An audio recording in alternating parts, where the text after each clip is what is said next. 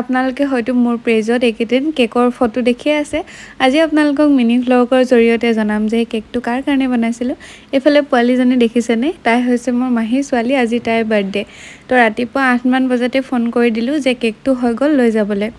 মানে যোৱাকালিয়ে কেকটো ৰাতিয়ে কমপ্লিট কৰিলোঁ। আমাৰ ঘৰত কাম চলি আছে, গতিকে ফ্ৰিজটো মানে দিনত অকণমান বন্ধ কৰি থৈ দিয়া হয়। তো সেইকাৰণে ৰাতিপুৱাই মই তাইক কেকটো দি পঠালোঁ আৰু ভাবিলোঁ আপোনালোককো দেখাওঁ। ইমান বেছি ধুনীয়া লাগিছে। আচলতে 1 পাউণ্ডৰ কেক এটা বনাব দিছিলে, কিন্তু বাৰ্থডেত সদায় মই অকণমান ডাঙৰ কেক হ'লেহে ভাল পাওঁ।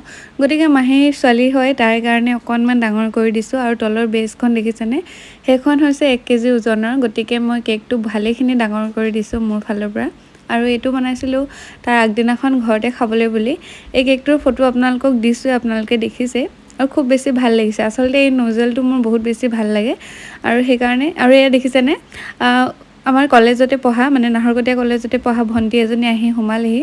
তো ঘৰতে যিহেতু এইটো খাবলৈ বনাইছোঁ, গতিকে তাইও আৰু চাহৰ লগত খাই যাওক বুলি এইফালে দিনতে ধুনীয়াকৈ কাটি মেলি চাহৰ লগত দিলোঁ। আমিও খালোঁ। আশা কৰোঁ মোৰ ভিডিঅ'টি আপোনালোকে ভাল পালে। আজিলৈ ইয়াতে এৰিছোঁ। বাই।